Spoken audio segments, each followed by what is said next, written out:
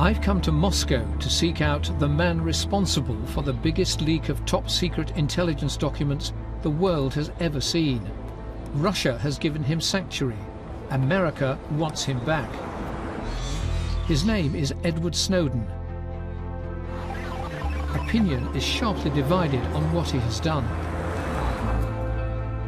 He's betrayed his workmates, he's betrayed his institution, and he's betrayed the secrets of his homeland. He's a hero. To me, it seems clear that what he did was in the public interest. Edward Snowden is a traitor. What he has done has caused irreparable damage to our ability to protect the people we are sworn to protect.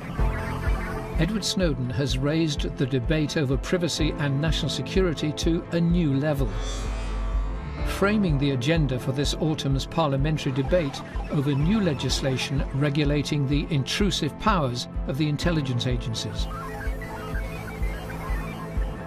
It's taken us 3 months to try and secure Edward Snowden's first British television interview.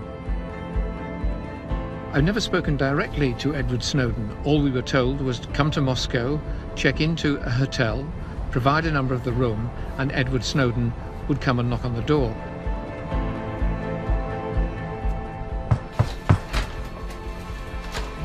Ed, nice to see you. You found us. Yeah. Come in.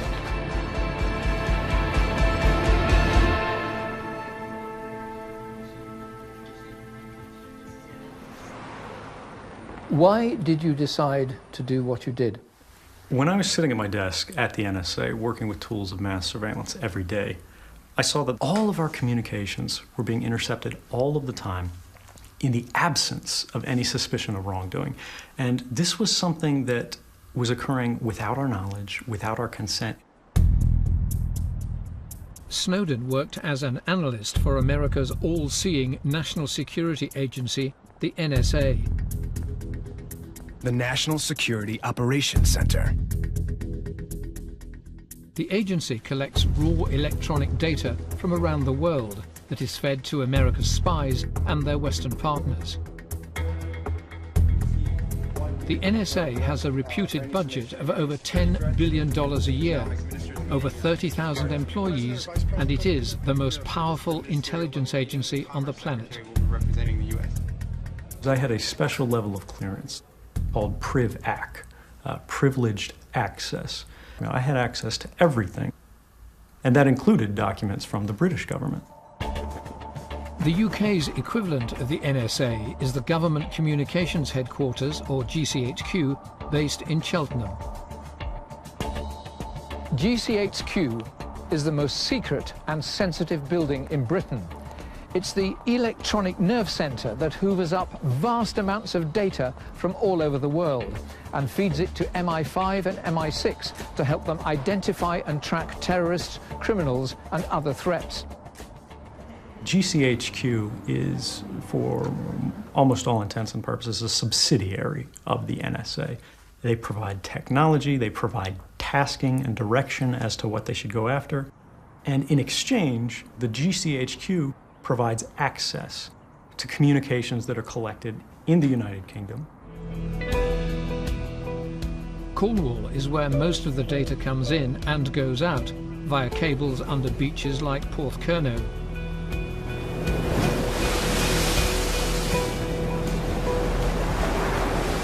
There's little about the internet that Dr. Joss Wright does not know. It's transmitting through the air. But the vast majority of the data is coming in across physical cables that run under the sea, across the Atlantic, several of which run under the beach that we're standing on, providing the data to the rest of the country. It's much easier than travelling by satellites. Cables have been snaking under Porthcurno's sands for almost 150 years.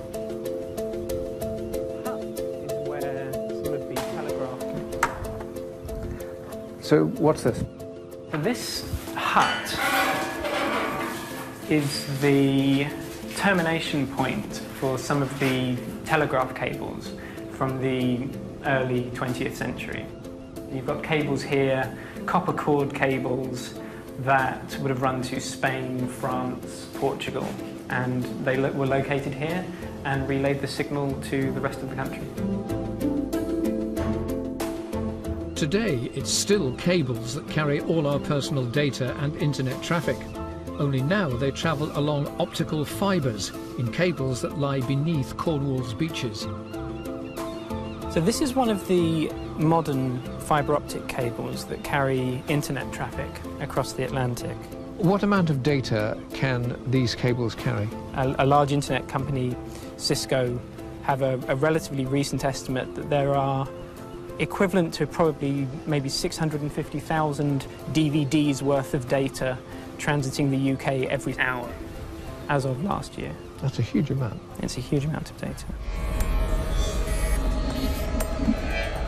Edward Snowden revealed how this bulk data was secretly collected by GCHQ via its top security station high on the cliffs of Cornwall above Bude. The programme was called Tempora. GCHQ's Tempora programme was shared with the NSA, as the information gleaned from it benefited both. The two agencies are extremely close and have been since World War II. GCHQ also relies on the NSA to supplement its budget.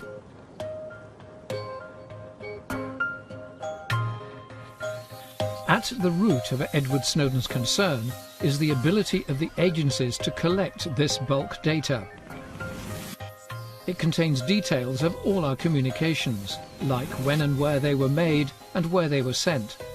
It's this metadata the agencies are interested in, rather than content. Privacy activist Eric King has studied bulk data collection. Tempora was Edward Snowden's first major revelation. It was the first ever confirmation that GCHQ are undertaking mass internet surveillance here in the UK. Every single piece of information that's on that fibre optic cable is pushed through GCHQ's filtering, analysis and processing system here at GCHQ Bude.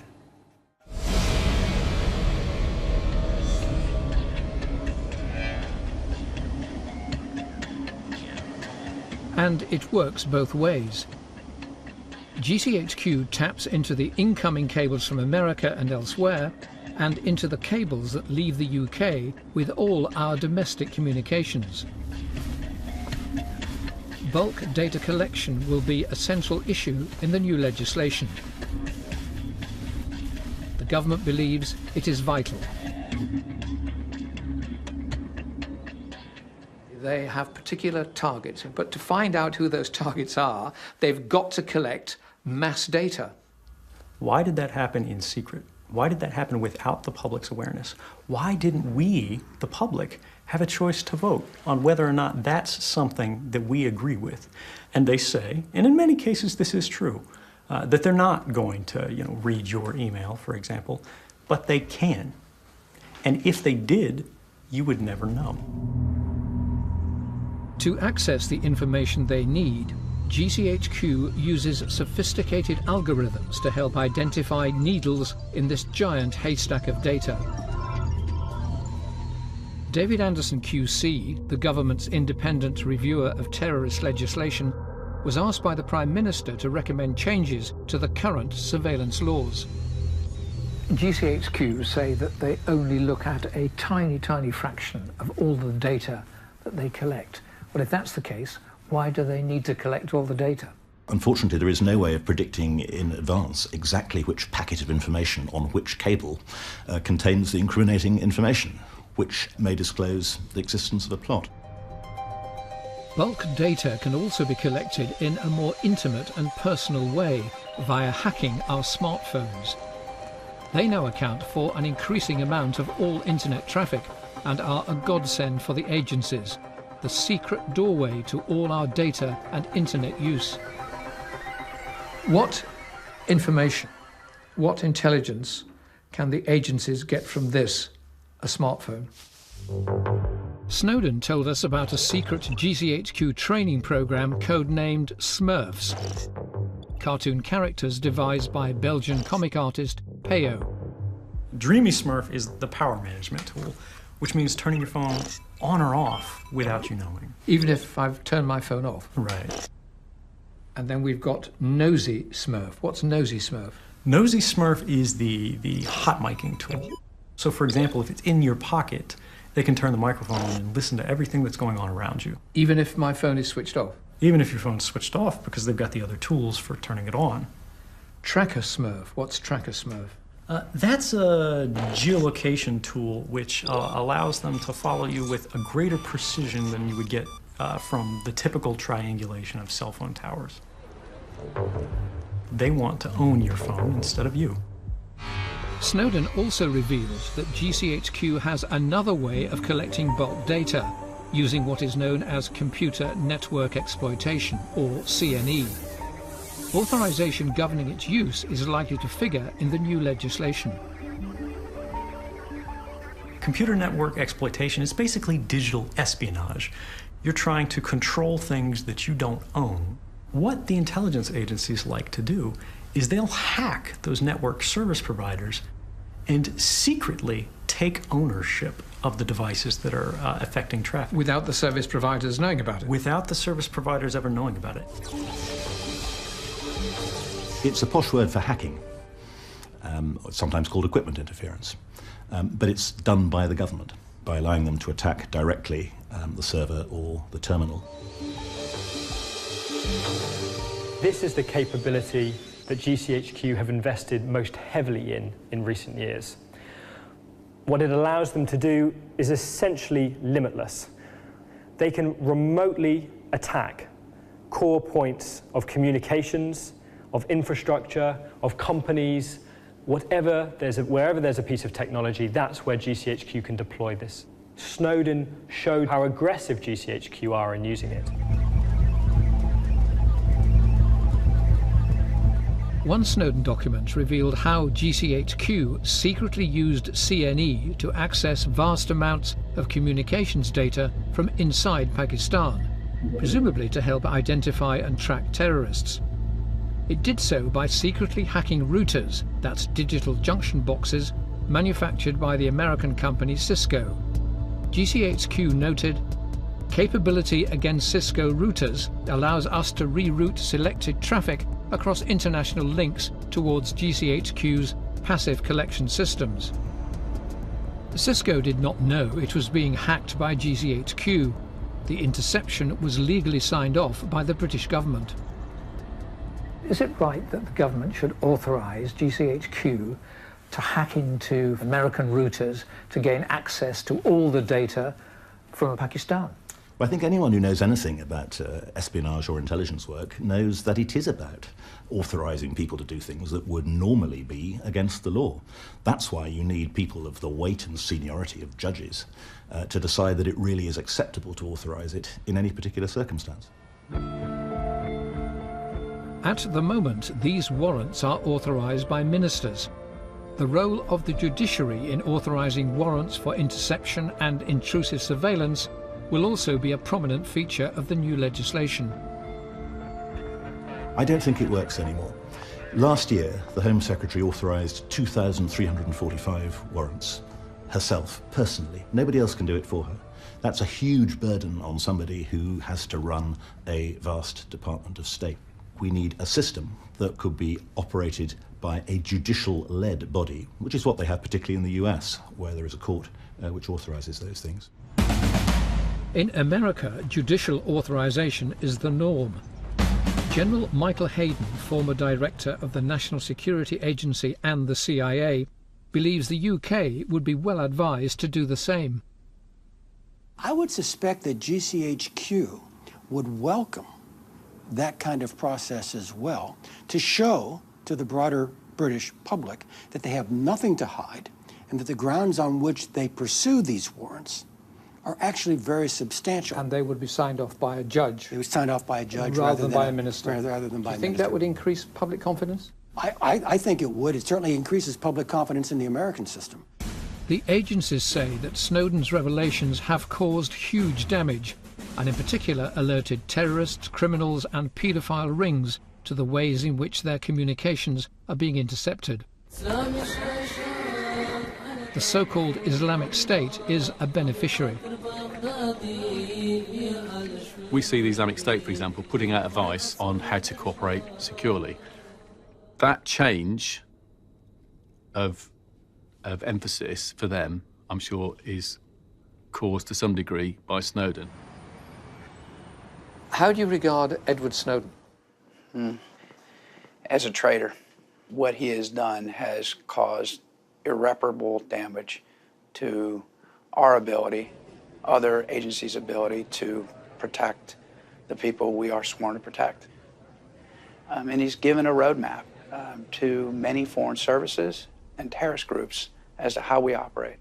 How do you think terrorist groups regard Edward Snowden? Probably as a hero. He has given them an edge that hurts us in our ability to protect those that we serve.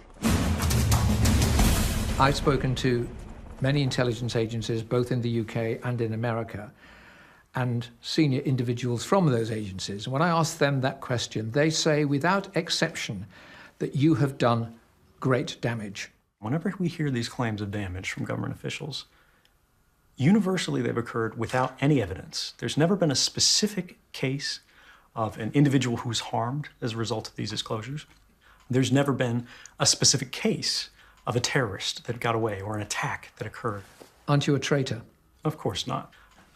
The question is, if I was a traitor, who did I betray? I gave all of my information to American journalists and free society generally. What you betrayed, I suggest, is the American people, because you betrayed the intelligence agencies whose prime responsibility is to protect the American people.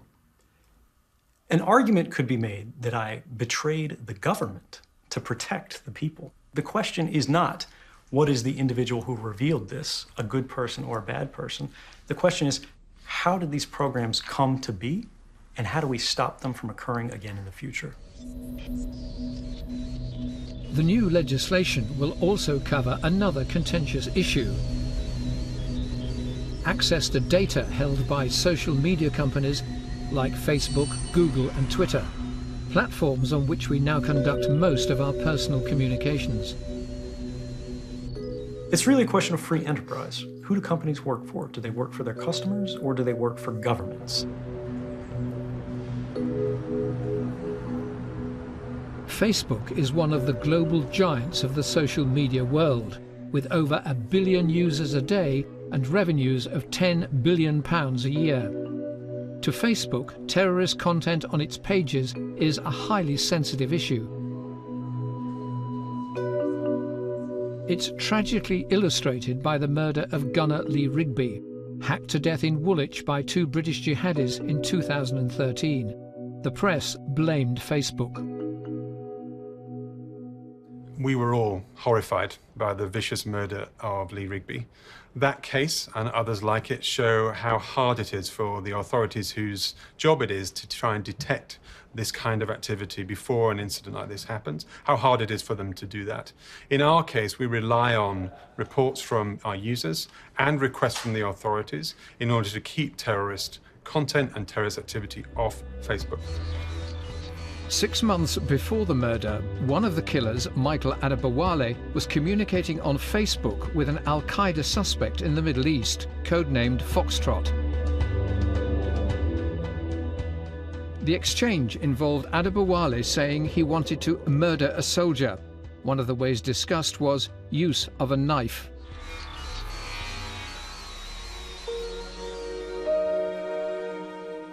At the time, neither Facebook nor the intelligence agencies knew of the exchange.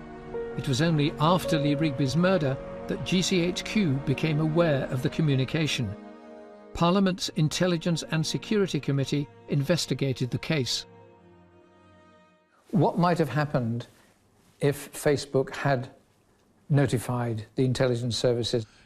If their computers had identified this particular comment, which they clearly ought to have done, and if they had had a procedure for that involving someone in Facebook deciding whether it should be reported to the police, then that could have prevented Lee Rigby's death. Unfortunately, I can't comment on that individual case, but I can assure you that we take our responsibilities extremely seriously in this place.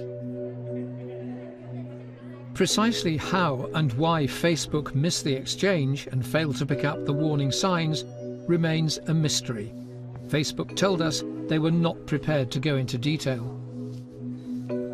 We've made important strides in the last 3 years to ensure that Facebook is a hostile place for terrorists. And in rare circumstances where we find somebody organizing activity which may pose an imminent risk to life, then we can and do report those people to the authorities. The issue of access to social media is equally sensitive in America, where most of the companies are based. I would call it the Snowden hangover.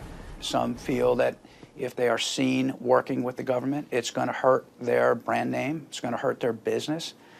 So it has had an impact.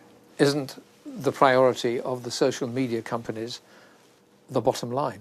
They have to stay competitive in a global market. So there is this kind of tension between us, who are responsible for public safety, and the companies that are responsible for providing a service to their customers and being responsive to their stockholders and the board of directors. Social media companies, it seems to me, have to act as good citizens, just as the rest of us do. What I think you can't do is try to enlist the social media companies into being effectively detectives or agents of the state, because they're not that. How does Facebook track and identify terrorist content on its platform? Facebook doesn't track terrorist content, it doesn't monitor people's messages.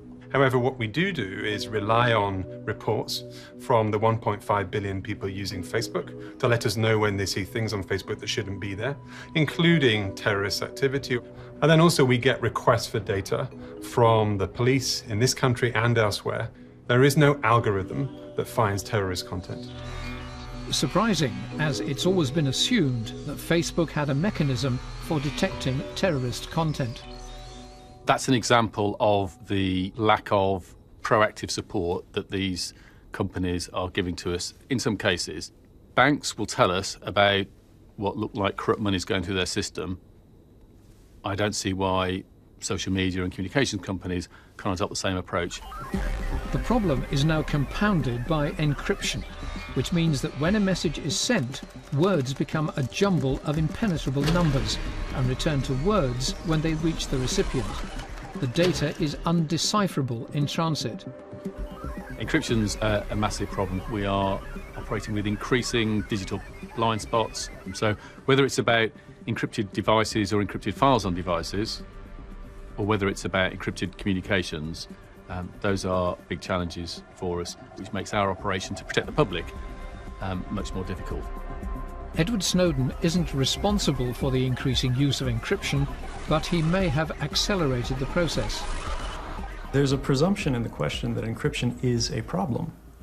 Well, it is for governments, it is for agencies who want to access critical data that they can't get because it's encrypted. Only if they want to collect it on an indiscriminate basis. Governments, as we've discussed in the context of iPhones and other devices, retain an ability to compromise targeted devices, an individual, anytime they want. Another suggestion is that the companies provide the agencies with a key that would unlock encrypted messages. How realistic is that? The scientific community has arrived at a consensus that it simply cannot be done in a safe and secure way. Are you saying that it is technically impossible to devise a backdoor to encrypted communications? Correct. We've split the atom and we've put a man on the moon. We have some of the brightest people working for those companies, and we have some very bright people in the government. And I think if the will was there, we could come up with a solution. Do you think the will is there? The will is not there right now. Facebook insist a backdoor key is not necessary. There is no need for a key for the authorities because they have a well-established mechanism to ask us for data, and encryption does not prevent them in any way from asking us for exactly the same data today as they did 2 years ago and will do in 2 years' time. But if they come to you and say, we want access to this particular piece of data, which is encrypted, can you decrypt it for them? Yes, we can. How difficult is it for you to get the data that you require from social media companies? Some are helpful, some are extremely unhelpful. Do they see themselves having a social responsibility to help the police and intelligence agencies catch fraudsters, paedophiles, terrorists, or do they step back and say, we just run a secret system, it's not our business? Edward Snowden will follow the parliamentary debate he has helped inform from afar. But what is likely to happen to him? Is he doomed forever to remain in Moscow, or will he return home to America, stand trial, and go to jail for what he has done? The charges against you under the Espionage Act is theft of government property, you stole top secret information, unauthorized communication of national defense information, what you did was unauthorized, willful communication of classified communications intelligence information to an unauthorized person, and you distributed to unauthorized individuals. On the face of it, on those three charges, are you not guilty as charged? Certainly not in a fair trial. The Espionage Act finds anyone guilty who provides any information to the public, regardless of whether it's right or wrong. You aren't even allowed to explain to a jury what your motivations were for revealing this information. It's simply a question of, did you reveal information? If yes, you go to prison for the rest of your life. I want him to face the American court system and a jury of his peers. I mean, he makes the claim that my entire purpose for this was to get it out to the American public. Well, come on back, Edward, and let the American public pass judgment. Would you be prepared to do some kind of deal, some kind of plea bargain? Of course. I've volunteered to go to prison with the government many times. What I won't do is I won't serve as a deterrent to people trying to do the right thing in difficult situations. But you would be prepared to face a jail sentence, would you? Of course. What would you be looking to from them for you to return? Well, so far they've said they won't torture me, which is a start, I think. But we haven't gotten much further than that. But it's something you're actively, or you and your lawyers are actively discussing with the government, I assume. We're still waiting for them to call us back. Edward Snowden has done harm to the ability of this country to protect itself, particularly in the short term. But I think you could also say that he's done us a service by ensuring that these intrusive powers will be publicly debated and properly provided for in law. What is going to happen to Edward Snowden? If you're asking me my opinion, he's going to die in Moscow. He's not coming home. Do you have any regrets about what you've done? I regret that I didn't come forward sooner.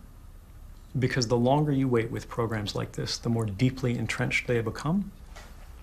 I have paid a price, but I feel comfortable with the decisions I've made. If I'm gone tomorrow, I'm happy with what I had. I feel blessed.